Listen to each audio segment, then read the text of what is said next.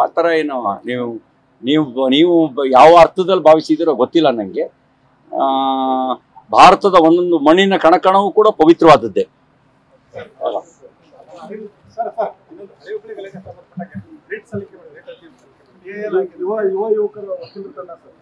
ಹಳೆ ಹುಬ್ಳಿ ಗಲಾಟೆ ಪೊಲೀಸ್ ಸ್ಟೇಷನ್ಗೆ ಬೆಂಕಿ ಹಾಕಿದ್ದಂತ ಬಾಂಧವರ ಎಲ್ಲ ಕೇಸ್ಗಳನ್ನ ವಿಡ್ರಾ ಮಾಡ್ಕೊಳಕ್ ಶಿಫಾರಸ್ ಮಾಡಿ ಕೋರ್ಟಿಗೆ ಕಳಿಸಿದ್ದಾರೆ.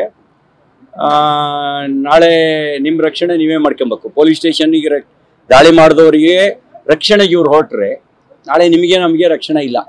ಆ ರೀತಿ ಒಂದು ಸಂದೇಶ ಕೊಟ್ಟಿದ್ದಾರೆ. ಶಾಂತಿ ದೂತರೇ, ನೀವೇನು ಬೇಕಾದ್ರೂ ಮಾಡಿ, ಸ್ಟೇಷನಿಗಾರು ಬೆಂಕಿ ಹಾಕಿ, ಊರಿಗಾರು ಬೆಂಕಿ ಹಾಕಿ, ನಾವು ನಿಮ್ಮ ಜೊತೆಗಿದ್ದೀವಿ, ನೀವು you are all our brothers, ನಿಮ್ಮನ್ನು ಕೈ ಬಿಡೋ ಪ್ರಶ್ನೆ ಇಲ್ಲ. ನೀವು ಸ್ಟೇಷನಿಗಾರು ಬೆಂಕಿ ಹಾಕ್ರಿ, ಸುಟ್ಟಾರು ಬರ್ರಿ, ನಮಗೆ ಓಟ್ ಹಾಕ್ರಿ, ನಾವು ನಿಮ್ಮ ಜೊತೆಗೆ ಇದ್ದೀವಿ ಅನ್ನುವಂಥ ಒಂದು ಕೆಟ್ಟ ಸಂದೇಶ ಕೊಟ್ಟಿದ್ದಾರೆ. ನಮ್ಮ ರಕ್ಷಣೆ ನಾವೇ ಮಾಡ್ಕೋಬೇಕು.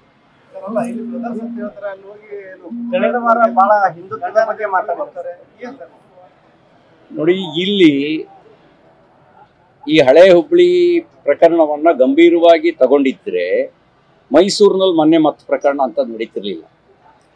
ಇಲ್ಲಿ ಇಂಥವ್ರಿಗೆ ಕುಮ್ಮಕ್ ಕೊಡೋ ರೀತಿಯಿಂದಲೇ ಅವ್ರಿಗೆ ಅನ್ಸಿದೆ ನಾವೇನ್ ಮಾಡಿದ್ರು ನಡೀತೆ, ಬಾರಾಕ್ ಮಾಫ್ ಬೇಕಾದ್ ಮಾಡೋಣ, ನಾವು ನಮ್ಮ ವೋಟ್ ಬ್ಯಾಂಕು ಟ್ಯಾಕ್ಟಿಸ್ ಇದೆಯಲ್ಲ, ಬೆದರಿಸೋ ರಾಜಕೀಯ ನೀತಿ, ಅದ್ರ ಮೇಲೆ ನಾವು ದಕ್ಕಿಸ್ಕೋಬಹುದು ಅಂತ ಅನ್ಕೊಂಡಿದ್ದಾರೆ.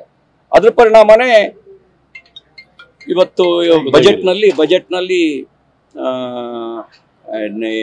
ಗುತ್ತಿಗೆಗೆ ಮೀಸಲಾತಿ. ನಾವು ನೀವು ಸುಮ್ಮನೆ ಇಲ್ಲದೆ ಇದ್ರೆ ನಿಮ್ಮ ಅಪ್ಪನ ಆಸ್ತಿಲೂ ಪಾಲ್ ಕೊಡ್ಬೇಕು, ನಮ್ಮ ಅಪ್ಪನ ಆಸ್ತಿಲೂ ಅವ್ರಿಗೆ ಪಾಲ್ ಕೊಡ್ಬೇಕು. ದೇಶ ಪಾಲ್ ಕೊಟ್ಟಾಯ್ತು, ದೇಶವನ್ನು ಪಾಲ್ ಕೊಟ್ಟಾಯ್ತು, ಅವತ್ತು ಎದುರಿಸದೆ. ಈಗ ನಿಮ್ಮ ಅಪ್ಪನ ಆಸ್ತಿಲೂ ಪಾಲ್ ಕೊಡೋದು ಬಾಕಿ ಇದೆ.